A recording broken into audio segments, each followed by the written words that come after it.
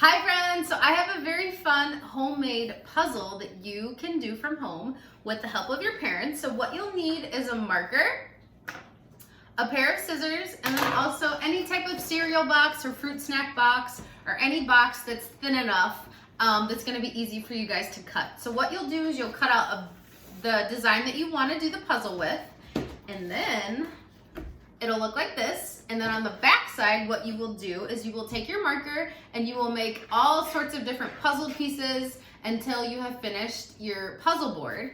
And then you can number each piece according to how many pieces you do have. So I have 9 pieces in this one. So once you're done numbering your puzzle board, you will have your parents help you cut out each piece. So then they will all come out looking like this.